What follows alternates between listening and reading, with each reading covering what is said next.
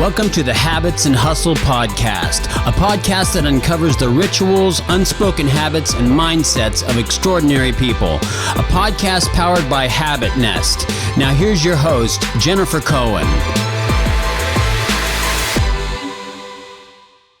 I'm really excited to have you on the podcast for lots of reasons, but primarily because, you're a woman who is the best in its field. It's like you are a real badass.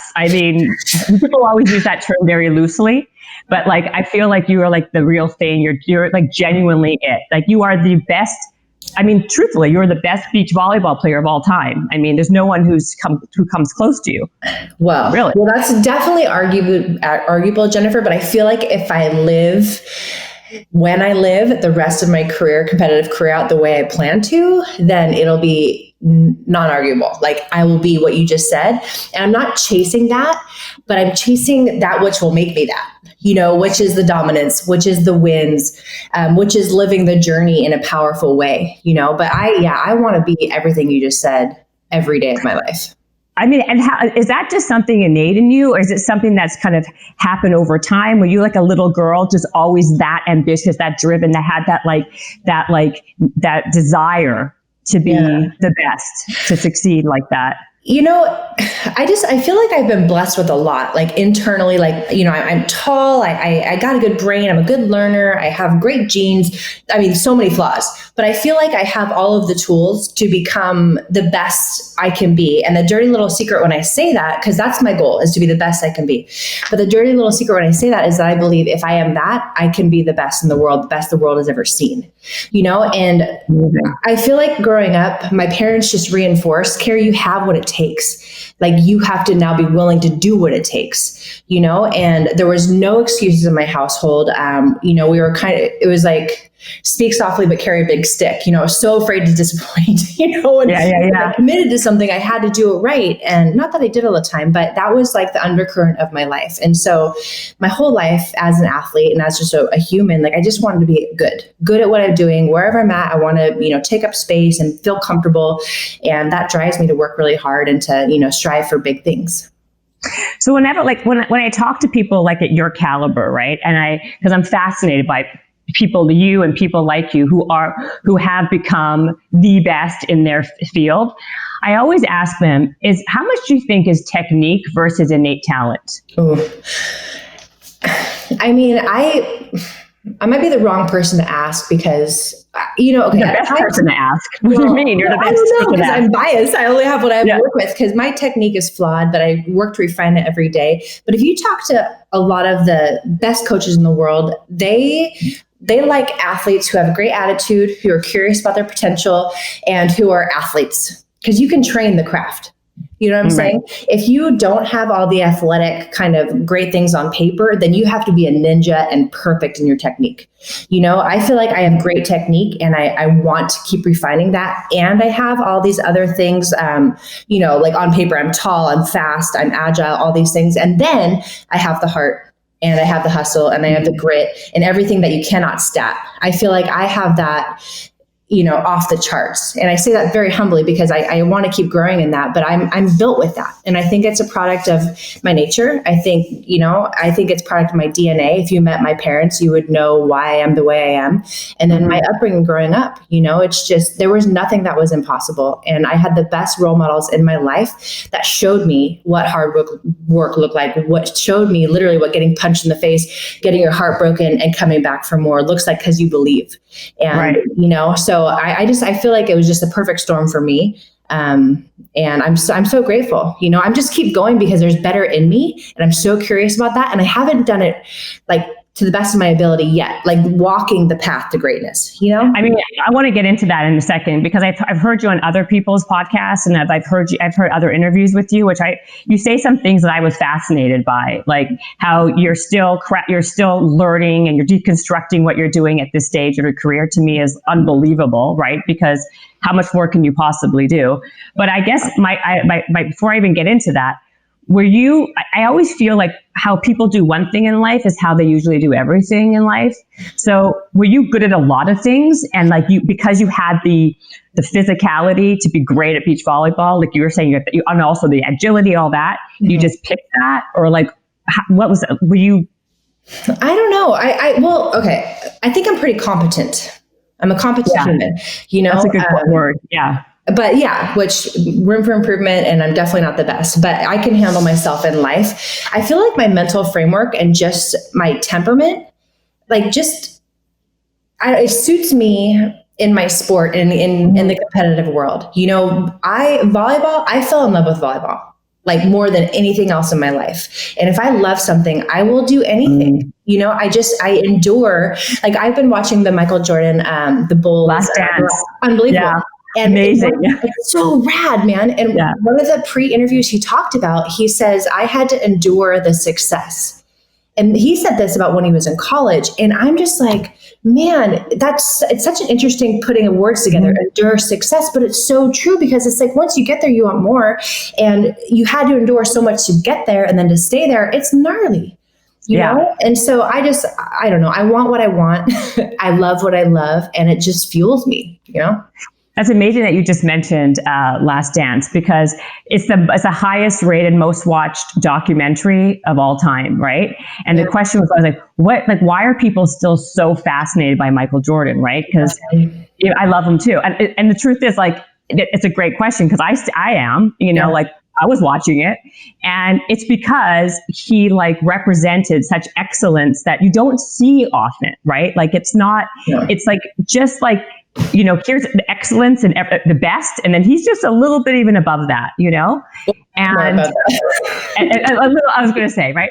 But it's like, he would say all the time, that, his work ethic, right. He wanted to be better. Like it wouldn't be okay. Like it's something that either you have, I don't really feel that you can manufacture that. You can manufacture practice technique and little things, but that's a fire. Right? Like, you can't just manufacture that. No, I don't think you can. Million coaches. No, because it's not, it's like, it's beyond confidence too. And it's beyond technique, and it's his essence. And whatever fuels that part of him that transcends everything. Like last night after the Last Dance, they had like a current day commentator, I think Scott Van Pelt, the bad guy ESPN, he's hilarious. And he was calling the game like it was happening live.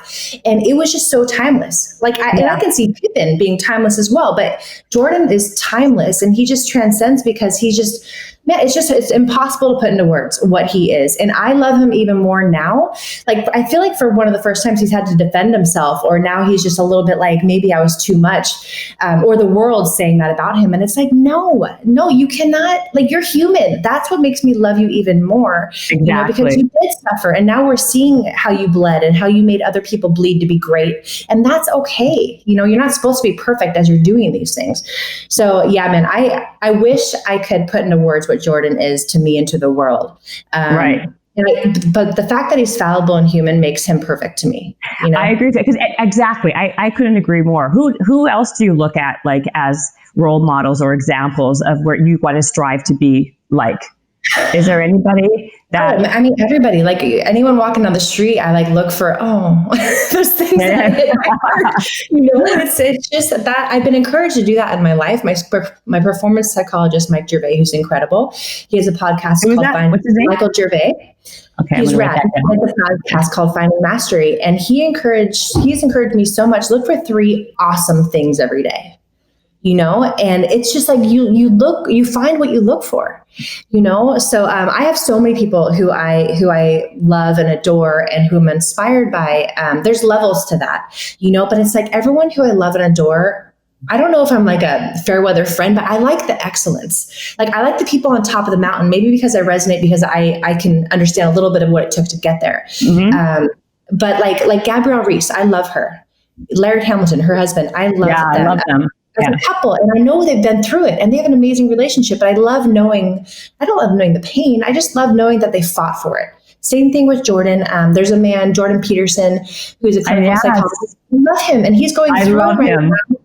It's just the people who have gone through it and keep going it's all of our duties. We all do it in our own way. And some people kind of excel through the drama and the stress and the strain. And some people just kind of sit in it. But the people I'm really inspired by are the people who like own the situation. They take responsibility for whatever situation they're in, like this COVID situation, like they're owning it and therefore they're thriving through it more. And I'm inspired because I'm handling this like crap. I'm like a damn roller coaster because I don't want my old life back. I want freedom. I really relish freedom. Well, also, like we didn't even touch, I was going to start with this, but obviously we're going to talk about it now. But, the Olympics were canceled. This is going to be your sixth Olympic. This was going to be your sixth, right? Wow. It will be, God. And you train like an animal. I can only imagine to get to that level again, right? Mm-hmm. And then it gets canceled. What does that do to your mental psyche, right? Because now you're going to do it. You're going to train still that same level for another year. What's so interesting, Jennifer, is that whatever I feel like I really work hard to be ready for whatever's in front of me. Right? Like whatever's coming, I'm ready for it because I work hard and I want it and I'm just in it. And when this happened, it wasn't a surprise, because it's like every day something else was going on and on.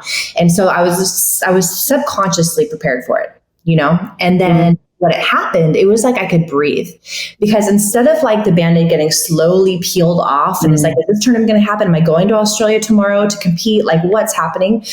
They just pulled it off and they made a decision. And once I know what I'm working with, I literally can handle anything. It's always that in between time. And so I was grateful when they made that decision. And then to be candid, personally for myself, my partner and our team, who I believe we can be the best ever, like akin to Misty and I back in the day, I really believe that this is only going to service us. We had like a 3-week sneak peek into what we were going to start our Olympic run with in the final year. And now we can do that better. And now we can do it with more appreciation and more hunger because it's like we were so primed. Now we get to reset and use this. I haven't had 2 months off ever since I was 10 and I didn't even start, so there is a tool and usage that can be used for this time. And I'm planning on milking it. So what are you doing? What are you doing to kind of take advantage of this time? Yeah, well, I think it's just happening naturally. I mean, I'm working out, but way less than normal. I can't, they took our nets down at the beach. I can't even go on the beach. We have a great home gym. I sneak in and see my trainers one-on-one sessions, at my house. Yeah. And so I'm doing what I can do.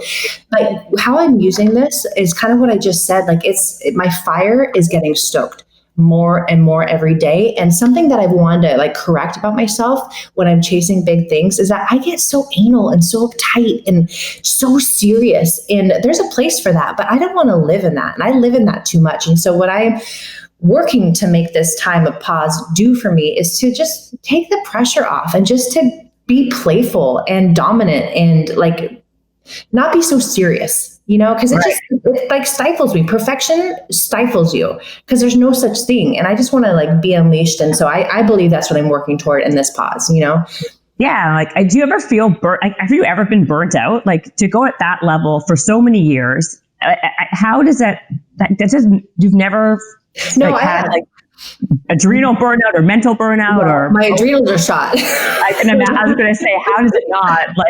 I would imagine. I mean, I'm on the treadmill every day and my adrenals are shot. You know what I mean? You also do this and this and this. We all got our list that we handle, and everything's a stress on our body. Doesn't mean it's a bad stress. Yes. Stress is not bad, just how we handle it. So I think we could all use some adrenal boosting right now. Wait, what was the question? Because don't you ever feel burnt out? No. So prior to okay, so I have been playing the sport since I was 10, right? And by the time I was 20, I got married when I was 27, and my husband and I tried right away to have kids. We got pregnant, had a miscarriage. And this was in 2006. And the way it happened was that I couldn't get pregnant again for 2 years. Otherwise, it could be hazardous for my health and for the babies. And so I had to wait for the next Olympics. And it was only in that time when I sincerely needed more in my life than just the focus on me. And I wanted to be a mom, and it was in that period from 2007 to 2008, my job started to feel trivial. Because, I needed more. And once we had our children, it's okay, I have that perspective. I have that balance I was looking for. And now I can figure out my new normal of balancing both these major loves in my life, but it's interesting being so self-centered, because it's gnarly, it's exhausting. It is.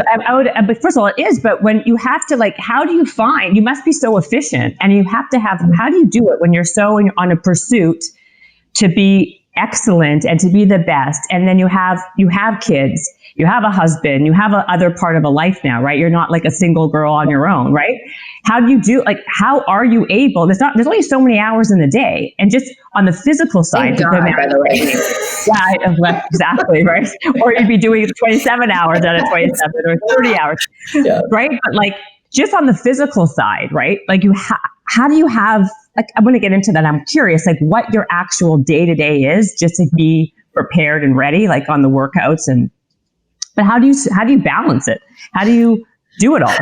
Well, I don't. I have help, and I do it messily when I do it. I'm an emotional person, and my heart's on my sleeve, and I'm an open book. And if I feel something, you're probably going to see it on my face, or I'm going to speak to it.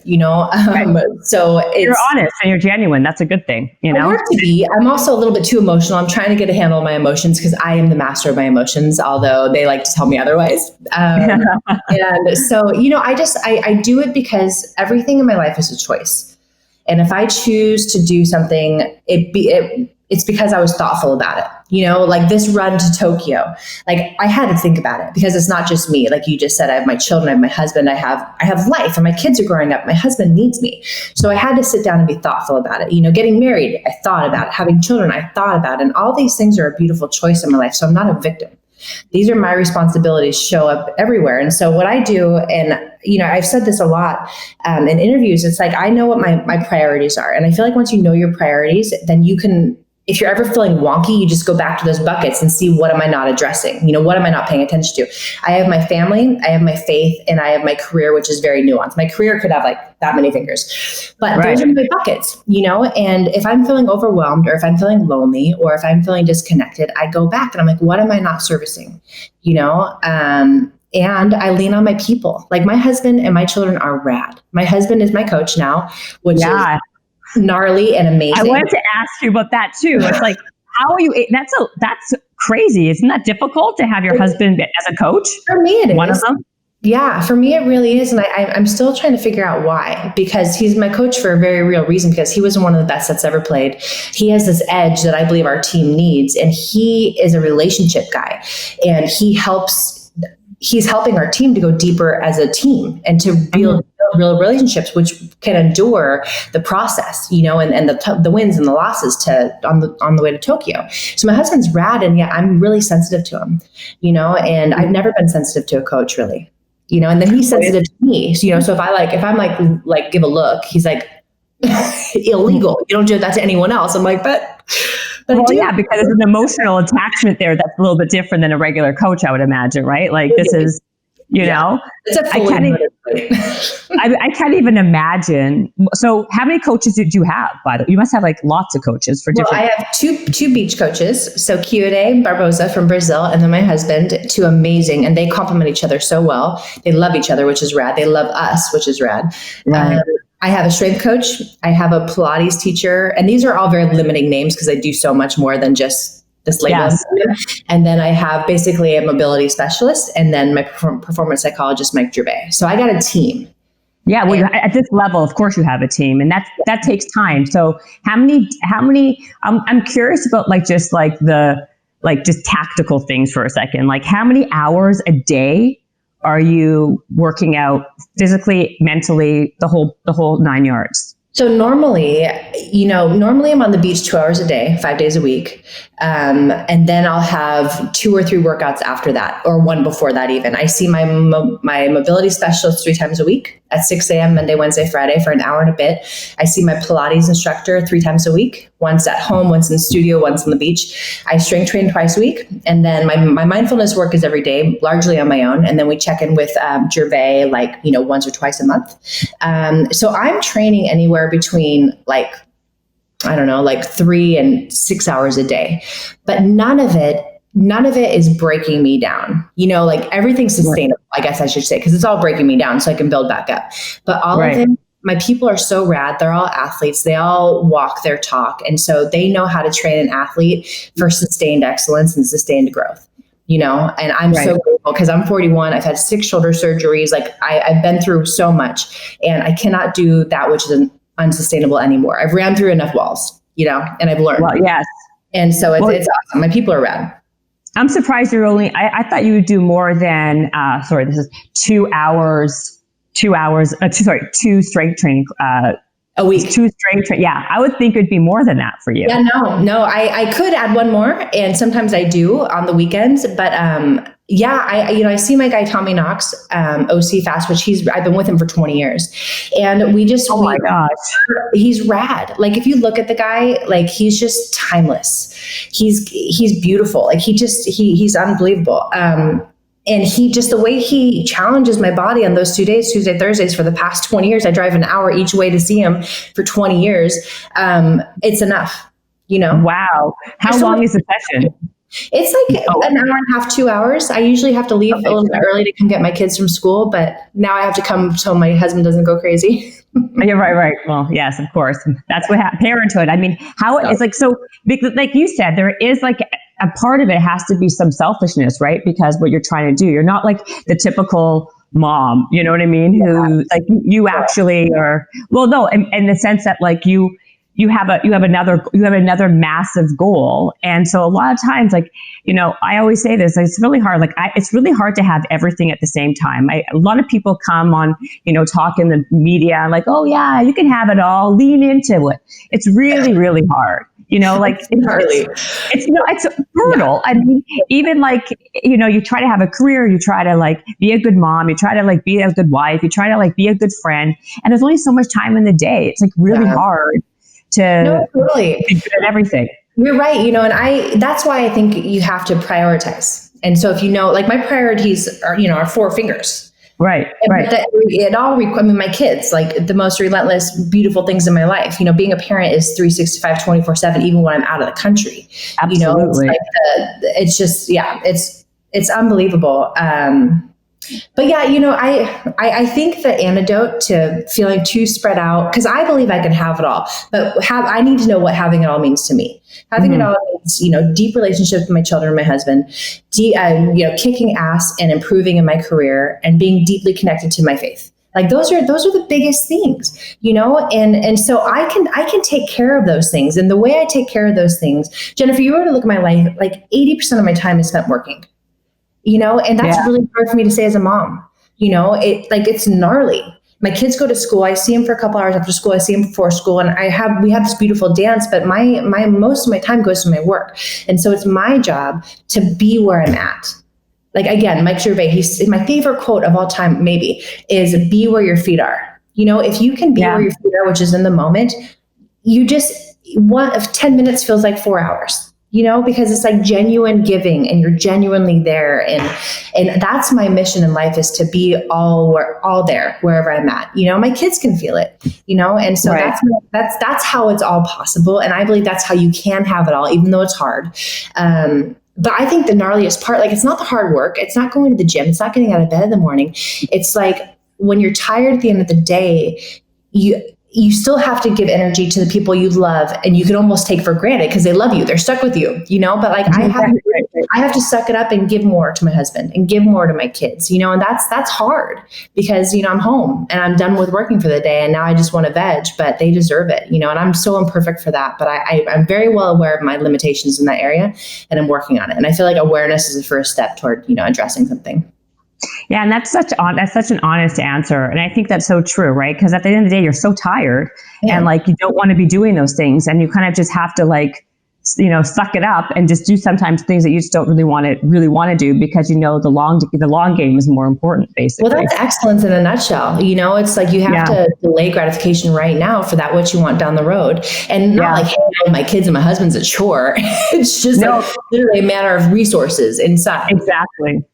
It's exactly. So what is your day like? What time do you wake up in the morning? Give me your breakdown of exactly what, like a day in the life of you, Kerri. I want to know. Well, Jocko, I like to use other people's words when I speak because my words just fall short. So, and that's how I learned. And so I was going to give you another quote. Jocko Willink, have you heard of him? The Navy Yes, SEAL. I have. Of course. Yes.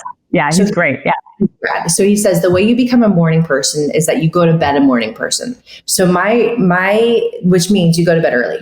You know, you prep the day before, the next day, the day before. And so I go to bed as early as I can. 9:30 is a dream because I like to wake up at 4:30, which is just like the magical hour. I have an hour and a half before my kids wake up. I can meditate, I can read, I can journal, I can sip my coffee in peace. That's how I start my day. When I do that and I start my days that way, Jennifer, it's like I'm on vacation and I can handle anything. It's crazy just to have that peace. 4:30. Yeah. Yeah, but I say that, but I need 8 hours, so I'm kind of pushing that because I'm getting less than 8 hours mostly. Right. I could go to bed at 9, even better. But I think prioritizing 8 hours sleep is huge for me, especially as an athlete. But I love waking up early, and then I have an hour and a bit. My first training sessions on Monday start at 6. My trainer comes to my house or I go to the gym when we're able to. We train for an hour and 15. Kids come downstairs, feed them, get them ready for their Zooms and their day. And then usually my day starts at 8. Drop the kids off at school and I go from 8 to 3. I'm training. Basically, those workouts that I told you, fast twitch, Pilates, right. All these things happen between 8 and 3. If you do your 2 hours of beach volleyball, beach stuff, and then you do like either your strength or your Pilates, it still only takes you to like 3 or 4 hours. So where's the other hours coming? Because you don't do them on the same day. So how are you? I have at least 2 trainings a day. And if on the days that I only have 2 trainings, like I drive an hour back and forth to my strength training. Oh, right? It's driving. Yeah. I just have to thread the needle, and if I only have 2 strength trainings a day, then I do my kind of at-home recovery stuff. And I have a great home gym that I'm doing stuff, but it's just not like as structured as normal, right. But there's definitely load being taken on. And then also on the days I only have 2 trainings, I do more of this stuff, kind of the business of my life. The business stuff. Exactly. Yeah. So 8 to 3 is when you have your work, your physical, your work stuff, your business, whatever. It's that chunk. Mm-hmm. And then what happens after 3? So we generally pick up the kids and with the kids, I'll have calls. We'll have calls. My husband and I are running a company together also, along with him coaching me. And so we're entrepreneurs and we do that whenever it's required. But we're with the kids, we like to take them places when we're allowed to. But other than that, right. The day when their work is over around 3 as well, even now in COVID, we'll go outside, we'll play, we'll go on a family walk. We'll try to figure out something creative to do. Right. But it's mostly as much as possible family time, 3:30 onward. Wow. But even when it's not what's going on now at 3 after it's easier when it's normal life. It's like, wow, that's a lot. Oh, it's gnarly. Well, and our kids have practices and they have their after school stuff and piano. So we're doing the juggle, but largely like my husband and I will go together to their practices. Like that's what our lifestyle affords us. Like when we're home, we're home. But when I'm gone, I'm like, I can't even check in really, so it's interesting. Yeah. I mean, it's for sure. Now, how about your diet? Like, is there things that are your like go-tos? Like, you can give us some recommendations of like how someone like you has to eat to fuel their body, or like things that you must have. Is there like a breakfast go-to thing or a lunch go-to thing or a snack, or what do you eat? Kind of like a philosophy thing, and then I build everything around. I build everything around there. And basically, I obviously try to eat as clean as possible. I have major gut issues. I had this realization, Jennifer. So like 5 months ago, I literally thought I had dementia. I could not focus. My emotions were all over the place. I had no recall. And I was like, what? And my skin was freaking out. Like there were so many things happening. And I got my gut tested and I had this realization that I had been on 7 courses of antibiotics in 8 years because of all these surgeries I had. And one course of antibiotics jacks up your stomach for years. And so I was like, my gut has been so depleted and so rocked. So I've been on a road to recovery with that. So eating clean, real food is what I need. And that would be my recommendation to everybody, So at the grocery store, what that looks like is that I shop on the outside, right? Perimeter, I don't go in the middle as much as possible. I do because I'm a mom and I'm human, and there's some good stuff in there. But if I were to give recommendations, it would be to eat real food. But every meal, Tommy, my trainer who I referenced before, he's my chiro, he's my nutritionist, and he's my strength coach. He's like, Kerri, every meal, the first thing you should think is, what is your protein? After you figure that out, you build it around that. Because I want my muscles that I'm tearing down every day to come back stronger, and I need to fortify my body. And so protein is number one. And I can go 15 hours without eating and not even skip a beat, so my discipline is eating more and eating enough. And so, but once I got my protein down, then I wish I had that problem. Oh yeah. Well, and I have the opposite problem. I can eat all day long, so it just depends. Where my God, it's like my favorite thing in the world is to eat. But I'm like a Jewish kid from like Canada, and like you socialize around, like Jewish people just socialize around food. Food. So. Yeah, well, and also I just wanted to make mention, because I like, with regard to food and habits, like I love the community aspect of it. Like, it's a beautiful part of our day when either in breakfast or meals, evening, like our family gets together. I love that part. It makes me want to be a chef so I can like nourish my family. I'm terrible. But I will get there. But I was going to say, with regard to food, it's like we become what we're surrounded by. And that's why shopping around the perimeter is huge. And that's why I was so excited. I know my partners at California Almond Board, they set up this podcast. I'm so grateful because I get to meet you and we get to talk about these things. But like, snack wise is gnarly. Like, we all have a real tough time grabbing healthy things. And so for me, a partnership with California Almonds, which is like real food, real protein, real fiber, real minerals that are going to support myself and my children and, my life as a performance athlete. I love shouting from the mountaintops that this is the real deal. You want to know how I do it? I surround myself by the best. I only have great partners that I'm authentically aligned to. And, almonds are that in my life. It's easy. I'm on the road constantly, and we just took a 10-hour road trip home from Elko, Nevada yesterday. And my kids are eating junk. It's my fault. I bought it. I'm eating beef jerky and I'm eating natural almonds the entire time, and I'm not feeling guilty, and my body is getting fortified. And so those little things, like if you can just be mindful when you're snacking, mindful when you're making your meals and with ingredients, like it's just, you will feel so much better. And I don't think anyone realizes how good we're supposed to feel, Well, yeah, first of all, I love almonds as a snack. The problem I have is I like them too much, because I can't, like, the amount that they say you should eat is like, the amount of your palm or whatever. 10 almonds is a serving.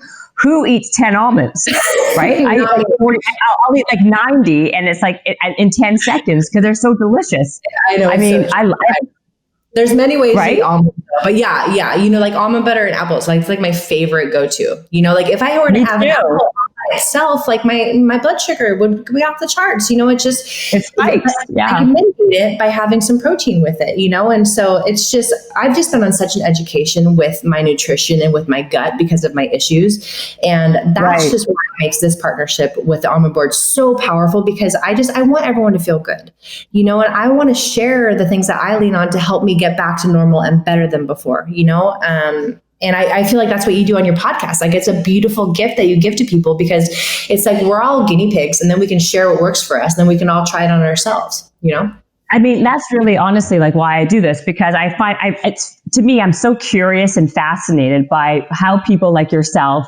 get to be where they are to the top, and like, what do they do to sustain it? I mean, I didn't even, like this, it's how do you sustain it? Like, how do you sustain the focus and the determination, like over time? Like, how do you keep on like mixing it out? How do you do it? Like, did you rely on your... I love it. Like, I would, if I fell out of love with this, I couldn't take it. It's too much. It requires too much, and not just on me, on my family, my people. And I just love it with all my heart. And it means something to me. Like, if something is meaningful to you, and if like the purpose, like my goal is to win, to dominate, but I'm not only chasing the gold medal. Like, I'm literally I'm becoming a woman and an Olympian capable of winning a gold medal.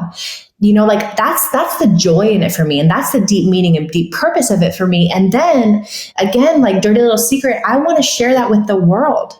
because I know how powerful my role models are to me. And if I can be a light for somebody, or just something to look to inspire people in their lives, like I want that. And then also it's like, I'm surrounded by the best people in the world, like the most amazing humans. And it matters. Like, it makes everything tolerable and manageable and thrive throughable, because my people are so dope. Like my husband is he's the best, and my children are part of my team, and then all of my trainers are like, they're my best friends, and my partners. Like, I've had a handful of partners in the sport, and they have made each Olympic run the best thing ever. Otherwise it's lonely.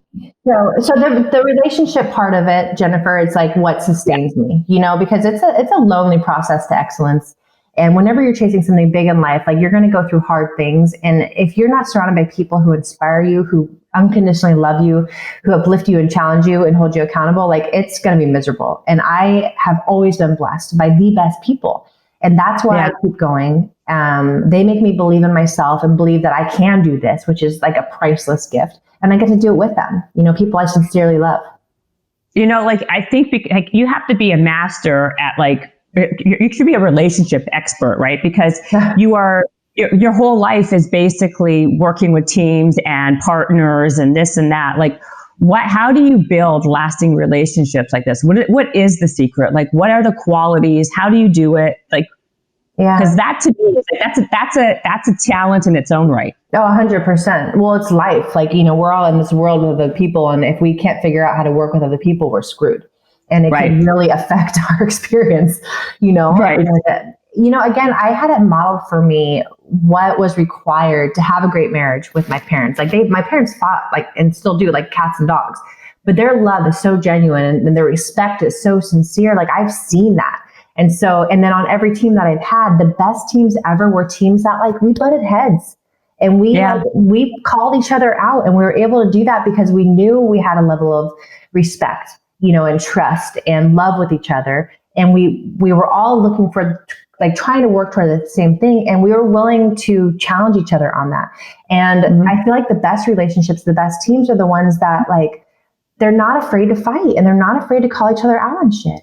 Because there's Mike Gervais, again, he saved my marriage. He's like, Kerri, do not be afraid of conflict. There's intimacy in conflict. There's clarity in conflict. You're engaging, some people think intimacy is like the passion. Pretty girl walks by. Oh my gosh, I have these intimate feelings. It's like, no, that's not. That's like a firework. Like, I want the deep stuff. And the only way you get to the deep stuff is by having hard conversations, by, holding yourself accountable. So then you can hold your people accountable, having high standards, and doing it daily. Love is a verb. Relationship, it's a verb. I'm relationshiping. It's like, you have to put time into it. Yes, man. So I think there's no secret sauce. It's just that a lot of people aren't willing, or don't know how to, or are encouraged to do the hard work of going deeper. I love humans. Like, I feel like you and I are friends already. Like, I hit it off with people because I really care, and I like people's energy. But there's so many levels to that, and I feel like if you're going to honor and respect your relationship, you have to speak to it truthfully, and you have to be willing to raise your hand if something's not going right. Like, I'm terrible at that. I'm terrible, especially in my marriage. Like, because I feel like it's supposed to be hard. I can handle it. I see my husband when he's being a jerk. And if I'm being a jerk, I feel like he knows my heart. We're fine. And then we don't talk about things that we should. But he's very good to be like, nope, I can't take one more step until we address this. And so he's really teaching me that there's a value in that. Disrupting status quo to get to something better. Well, it also sounds like he's also a good communicator. A lot of people, like you were saying, it's about conflict, being okay with conflict, knowing that that's actually makes your relationship go deeper. A lot of people, though, shy away from any kind of conflict. They're scared of conflict. And I agree with you. I think that sometimes what that does, it doesn't get you to the next level. It actually it actually just makes your relationship plateau, right? Because if you feel uncomfortable, you don't want to go there.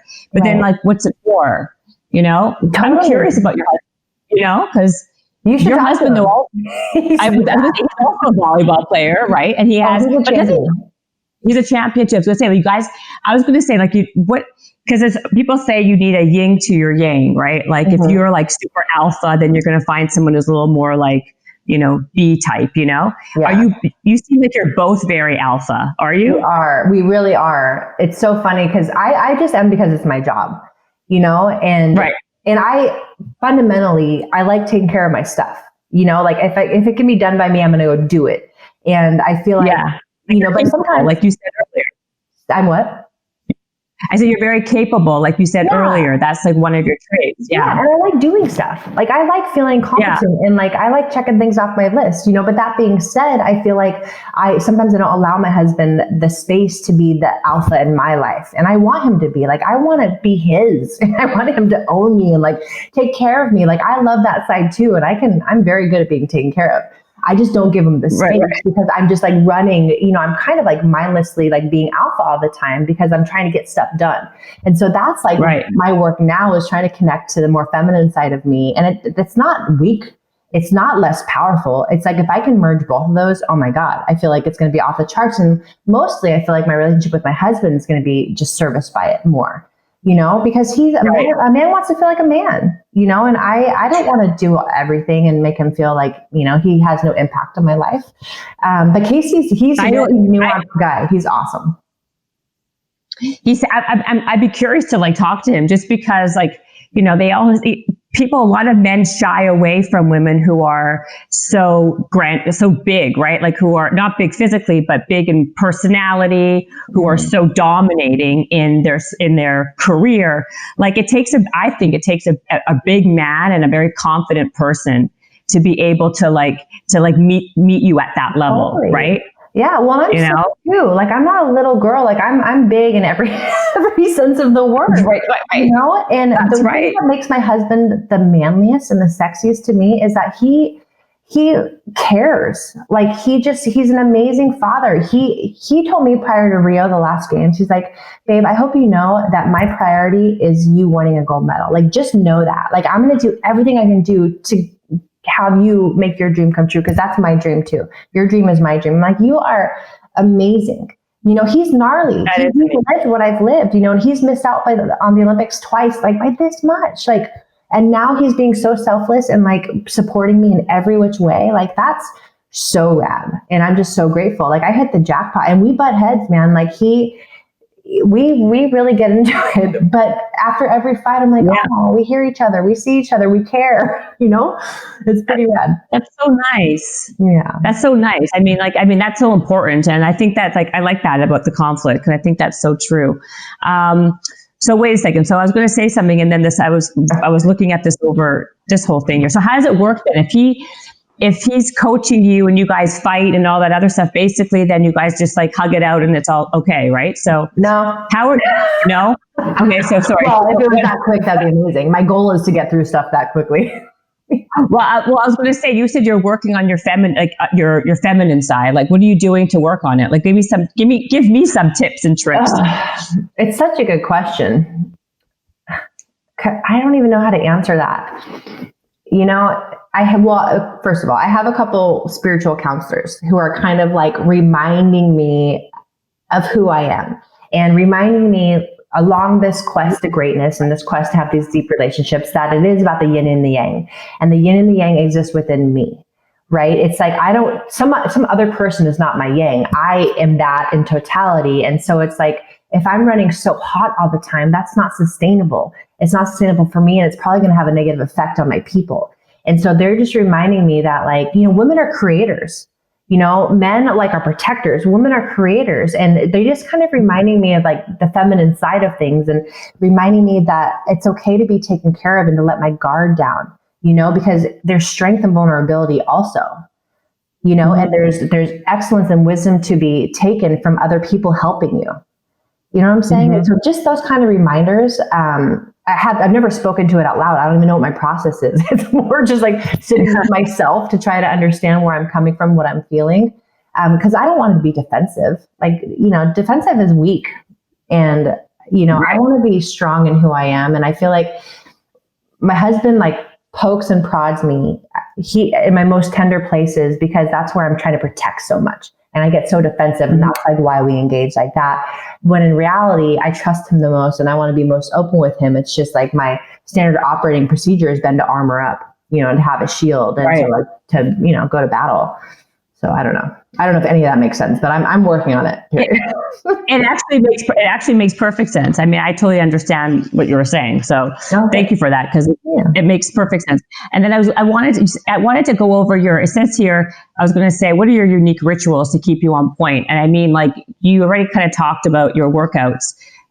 What else do you do to keep you on point? Like, what is besides your strength coaching, your strength and your Pilates, and you did mention that you do gratitude, you do like a meditation practice in the morning at like when you wake up. Mm-hmm. What are some of the other things that you do to kind of keep you on point? Well, I really believe that, again, sustained excellence, or just to be excellent in the moment, it's the trinity of body, mind, and spirit. Right. Mm-hmm. And so every day I'm really trying to pay attention to that trinity within me, to get the best out of myself. And so outside of my physical training, outside of my proper nutrition and stuff that really nourishes me and allows me to keep getting stronger and sustain, I have my mindfulness practice, which is a daily meditation. I have a gratitude journal where, I stream of conscious. I write what I'm stoked about, what I'm grateful for. Those 3 things that Mike told you, right? To find 3 awesome things a day. Yeah. So that's on top of my gratitude journal, but all those types of things. When I look at people, I look for inspiration and then I write about it. I'm doing Jordan B. Peterson's self-authoring program, just to like. You are? Yeah, I am. Yes. And it's not real. It makes you think, and I'm really sincere in the fact that I just want to be a good human. And I feel like in order for me to be the best I can be at anything, you put a label to it. To be the best, I just need to know who I am. Know what inspires me, know what gets in my way, the obstacles that I put in my way, the trauma that's been unhealed.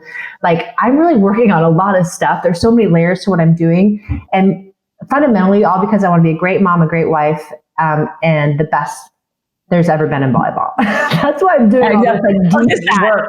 Just that. I just want to be the best in everything. That's all. I mean, best I can be. Well, you know what?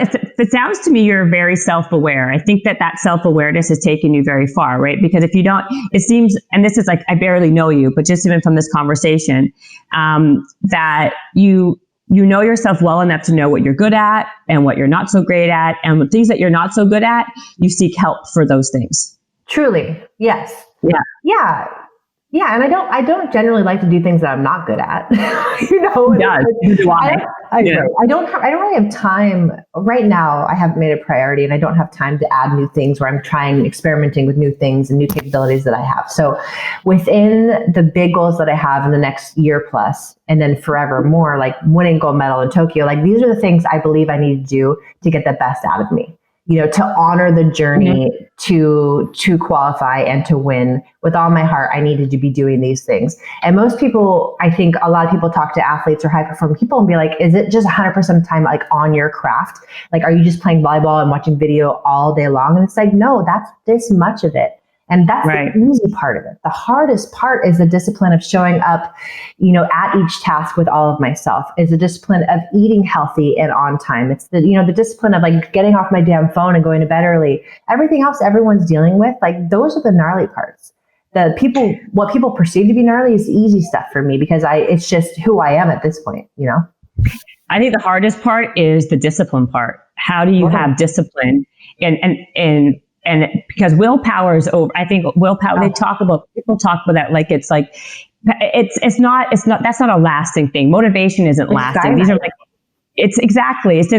these are fleeting things that kind of come and go and ebb and up and down. Yeah. How does somebody, or what do you tell somebody, how do they really build true discipline? Well, I think having the fundamental understanding, this is Jocko Willink, that discipline equals freedom. Like that is so true in my life. Like the fact that every day I honor my commitments and I show up and I do what I want to do, even when it's hard, that gives me freedom to live the life that I want to live. It gives me freedom to play how I want to play. If I did not have that discipline, I would be so insecure. I would just be all over the place. Like, it's a beautiful gift to be disciplined, but I don't think you have discipline unless you really care about what you're aiming for. So A, you have to know what you're going for. B, you have to really care about it. And C, you just have to commit. And once the decision is made, Like there's no room for second guessing or half-assing it, you know? And I feel like that was a beautiful, you know, lesson taught to me by my family. Kerri, if you commit, you're committed. There's no excuses. There's no like easy way out. You can't just show up sometimes. And I really appreciate that, because I think a lot of people quit when the going gets hard. And that's when it gets fun for me, almost. Like I find a lot of purpose in the misery, because I know that once I get through it, I'm going to reap the rewards of my dedication, you know, and my effort to go through the mud, you know, like those are all, after every trying time, every heartbreak, whether it's love or volleyball or whatever it is, I have grown tenfold, you know, and so it's all for a purpose, but you have to know that there's a purpose behind it. So it sounds like, so you kind of you learned discipline from, it sounds like, from a younger age, right? And like you kind of practiced it and kind of honed it. So you were doing something as like your parents were kind of instilling that in you already. 100%. Well, yeah. And then I played on teams where accountability was a big thing, you know, and I went to high school. Excellence is like in its founding charter. I went to Stanford. Excellence, you know, the home of champions. Yeah. Like, it's just, I gravitate toward that. My parents did an amazing job of getting to know my coaches and seeing if it would be a good fit. You know, like I've never been around people who aren't chasing greatness, you know, and greatness looks like so many different things. You know, it could be to be like, have the most amazing, immaculate home, whatever it is to you. It's just, if you care about something, those are the people I like to hang with. You know? Yeah, I was gonna say, what does it take to be your friend? I mean, you probably have a very high bar for that you hang out with. Like, what kind of girls are you hanging out with? Or do you hang out with a lot of girls? Oh, my girls are rad. Oh, I have the best humans. Yeah. Well, just to be kind of. Oh, go ahead. Sorry. No. Go ahead. I was just gonna say that, like, I can only imagine, like, to be like your girlfriend, like you or friends of yours, you probably have a high bar. So you are going to have friends who are also striving for, because water finds its level, I think. And so you gravitate to people who are similar. Are most of your friends professional athletes, high performers? Like, what is? You know, Jennifer, most of my friends are just crafts women and men where they're at. So no matter what they're doing, if they're a coach, if they're a Pilates instructor, if they're a chiro, like they're just committed to being their best, and they're best, infinite that they can be, right? They're not competing. They're literally just trying to live their best life and be the best they can be in their craft, because they chose it and they love it. And so I feel like the people who I don't resonate with deeper than just surface kindness and all that those people kind of weed themselves out. You know, not because I don't like them. It's just like, we're not going any deeper for whatever reason. And so, you know, hi, I hope you're great. You know, like we can be super friendly, but it's like the people who are at my core, like I don't have a lot of friends, but my friends are family, you know? And they just, I don't know, man, it's like that energy exchange, you know, it's just, resonance is true and energy doesn't lie. And to be my friend, you just have to be a good person fundamentally. But I think that's most important. But I was going to say, like, people always, like I say, gravitate to people who are similar. So I would imagine they would have to be on the same, striving to be their best, whatever they're doing. It doesn't matter what they're doing, people who are constantly in growth and stuff. I didn't even like get to this with the diet, but like, because there's so many like trends, right? Like the diet trends, the different like recovery trends. What's your take? Are you do you believe in like intermittent fasting, keto? What is your deal, and how do you eat? Not specifically like almonds. We know you love almonds, but besides that, do you eat breakfast? Do you not eat breakfast? Yeah. Okay. Well, first of all, nutrition is like so personal, right? And what works for you is not going to work for me, you know, 100%. Right. So I know that. I just believe in eating real food.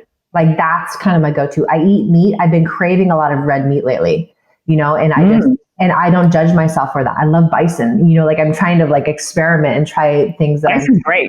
It's so good. Sugar doesn't do good for me. It doesn't do great for my skin. It doesn't, you know, so I try to avoid it. You know, if like honey, natural sweeteners, stevia, you know, I kind of lean on that stuff. But ultimately I just try to eat clean and I'm doing this ritual now where I just pay attention to how I feel after a meal.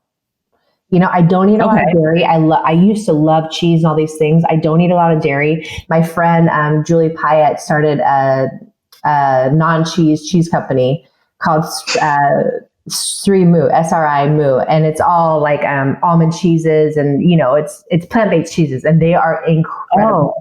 Try them. They're I will. It's like top-notch gourmet stuff. So no dairy, no sugar.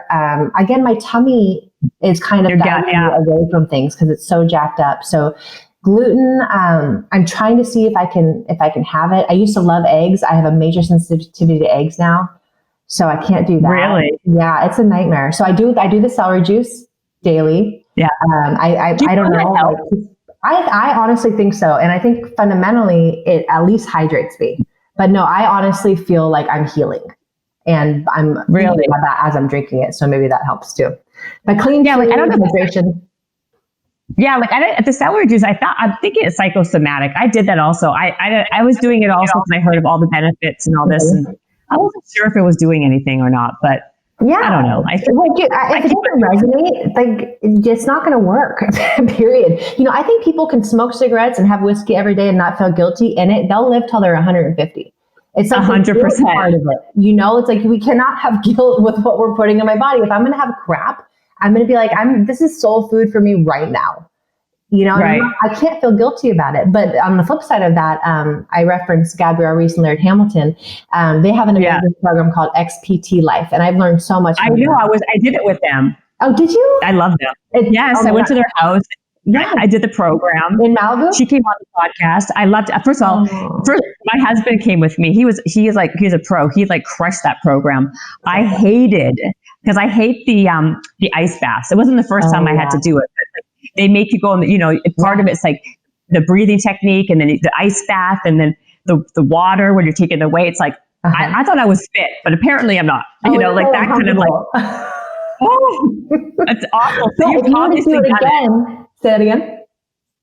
No, go ahead. I was going to say, you were obviously good at it. I was really bad. Well, I was willing to endure it because I believe in them and I want what they have, that inner fire, and I just really, I like to steal from people who are doing life right and see if I can pay, and make it my own. But I did it again. I've done it 2 or 3 times now.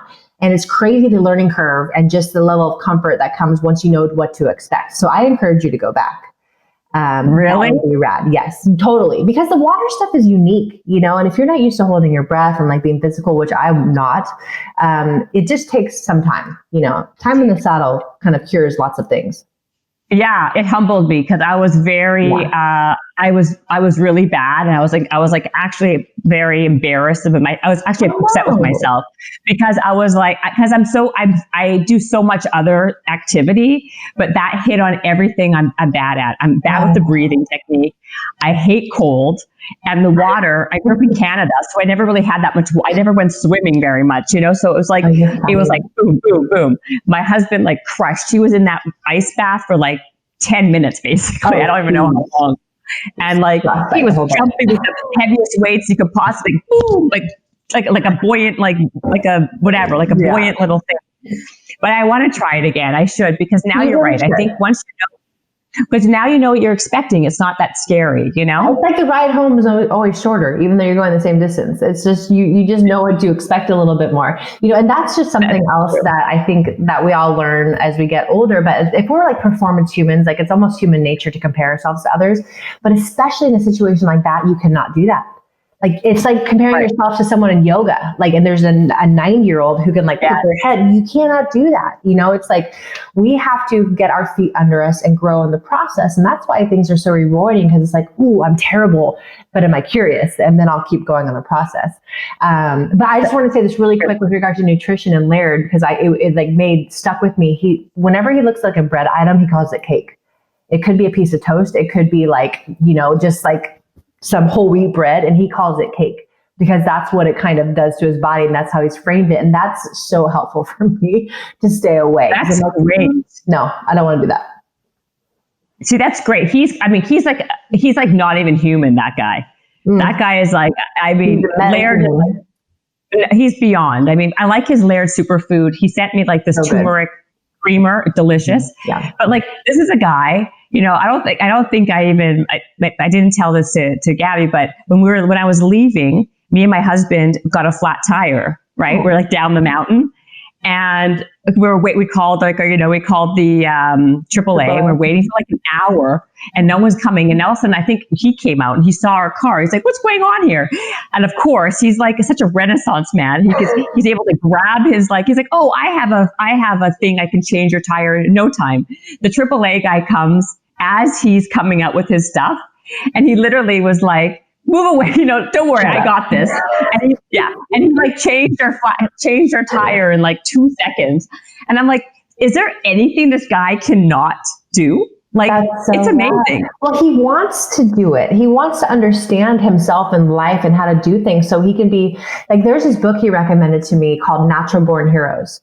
And it's just basically about being competent and being capable of like being a hero when it's called upon. If I have to go run 30 miles to go tell the next town that there's war coming, like I'm going to do that. Or if I have to climb this wall, I'm going to be able to do that. And that's how Laird lives his life. And I respect that so much. I want that, Me too. He really is exceptional. Like, there's not very many people that I would say like really are so impressive as a human, and not just on like what they do on in their professional life, but as a human. He has such heart, and he's so good at so many things, and he wants to get better. I don't know. He was very impressive. I really liked it. And Gabby is so sincere, and they're both so gnarly and hardcore, but so loving and generous and sincere, authentic. And I love them as humans too. Yeah. I agree. I totally agree with everything that you said. I mean, you know them way, way better than me, of course. I've only met them a couple times, but what I know, I really love. What you see is what you get, no doubt. Yeah. And you can feel it too. You feel that genuineness, like it's like you said, it's very authentic, right? Yeah. But enough about them. So I think we're good. I think there's nothing, I mean, I kept you on the phone the Zoom for a very long time. I feel like, where do people, like, if they want to know more about you and what you do and your craft, how do they find you? Oh man. Well, it would be the greatest honor if you could follow me at Platform 1440. That's my baby. That was your company. So that was what your husband also works on with you, right? Yes. Yes. What is that, by the way? Because you didn't even talk about it. Yeah. So we're basically, we're becoming more of who we are, but we are a digital media company that has been developed to support and enhance the sport of volleyball. And so we have live events, but then we're a digital platform where we're a resource center. Where you can come and do trainings with us. Like, we have a virtual training camp going on right now, body, mind, and spirit training. Everything that we've all talked about, this exists at p1440.camp right now. It's so fun. Play volleyball or not, you're gonna get stronger. My strength coach is doing the strength programming. Some of the best volleyball coaches in the world are doing volleyball. And then we do mindfulness training every day. So at Platform 1440 on social, and then I'm at Kerri Walsh. But more than that, it's just, just send love, please, via vibes. I will use them every day of my life on the way to Tokyo, building 1440. I just want to be a light in the world, So Jennifer, thank you for having me on. I really appreciate it. And then I just want to give one more shout out to the California Almond Board. It's interesting, like everything I just talked to you about, like my process, what I do, none of it's possible without my partners. And the life of an Olympian, it's like there's some ridiculous statistic that like I think over 80% are under the poverty line. Like, it's gnarly stuff. Like, and I think it's 80%. Higher than that, to be honest with you. And so what's so rad about America is that we're not government funded. Our USOC, our federation is not government funded. So people like, California Almond Board or, Nike steps up, Lululemon's a sponsor of mine. Without them, I would have to have a 9-to-5 job, and no way could I win a gold medal. So the private support of the Olympians is a ginormous thing. And that's why I'm just so grateful to, not only did the California Almond Board introduce me to you, they fuel my dreams. They fuel my life as a woman and high performing athlete, with their products. But it's amazing to partner with people who you align with, who support you on your journey, and you can support them on theirs. And so it's just a really big deal. So I'm grateful that you gave me the opportunity to speak about them. You're so kind. That is so nice. And you're so well spoken. That's really a nice thing to do. And I first of all, I cannot believe that statistic. I mean, that is unbelievable to me. that so many people, what? It's crazy. It's unbelievable. Wrong. I mean, that's unbelievable. That's insane to me. I need to look it up. So when I reference that, I give the percentage, but I did a tour at the USOC, at the training center in Colorado.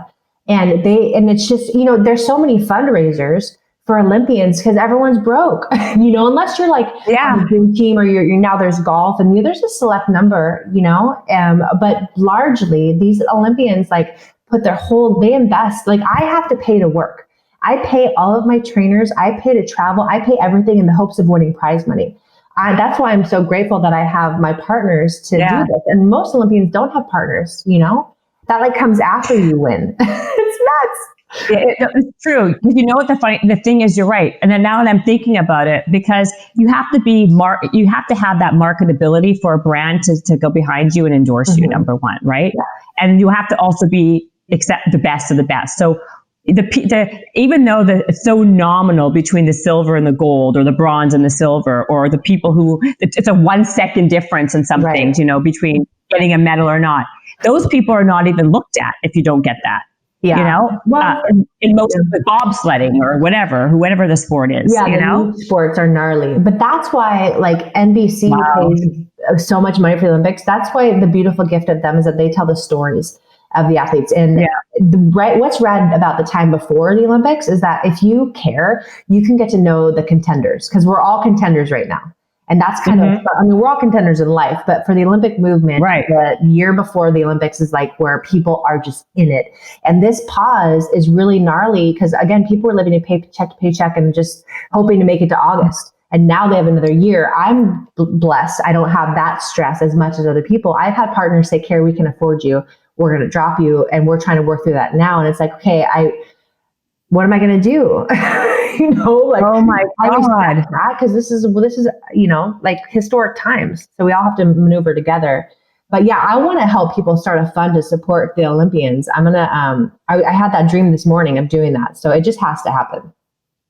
That's a good idea. That's a really good idea. And it's amazing to me that people who, I hate to say it so like callously, but people who are like nobodies, who are like Instagram models, are making millions of dollars with all these brands because they have a big following. But people who truly are exceptional, the highest of exception, the best of the best, they have not a pot to piss in. You know what I mean? Through these brands, because there's they're not marketable in any, or they don't have enough followers, or like, it's just, there's such a discrepancy in what's fair, It's interesting. That's fair really amazing. Doesn't exist. God bless all the Instagram models who are making $1 bajillion. I wish them so well. It's interesting. It really is interesting. I think it's just, again, part of the process of living mindfully and living on purpose. It's like, seek out the awesome, because it's everywhere, and especially within this movement, it's like, I agree. Return. Say that one more time. What did I say? I think that's, you got cut out. You said seek out, and then you got cut out. What did you say? Awesome. You said seek out. I don't. Oh, seek out, exactly. You're so likable. I really like you. I want to be your friend. That's so nice. Thank you. I'm so sorry the audio is so bad. Dang it. And likewise. No, it's okay. It's great. I mean, thank you. I guess we're done. I mean, this has been, I'm going to cut these two together, but you were great. And people go check out Kerri's platform, her digital platform. What's the website, or what's the handle? The handle is at platform 1440, and it's p1440.com. So real quick, Jennifer, so there are 1,440 minutes in the day, 1,440 minutes in the day. So we want to inspire people to live in the moment, to, honor time as sacred, because that's where you live a rich, fulfilling life. And so 1440 is for volleyball, but it's also to inspire people to live a great life. I really love that. I'm going to go check it out right now, actually. Thank you. And I will. Thank you. You've been a pleasure. I really loved this interview. You are so great. And I wish you so much luck and going into next year for the Olympics, and, all the luck, all the happiness and health before then, training and everything else. Well, that means so much, Jennifer. And God bless, Godspeed. Have fun doing what you're doing. And I appreciate it. You are awesome. Thank you. Thank you so much, Kerri. Thank you. All right, we'll talk again. Bye. Habits and hustle, time to get it rolling. Stay up on the grind, don't stop, keep it going. Habits and hustle, from nothing into something. All out, hosted by Jennifer Cohen. Visionaries, tune in, you can get to know them. Be inspired, this is your moment. Excuses, we ain't having that. The Habits and Hustle podcast, powered by Habit Nest.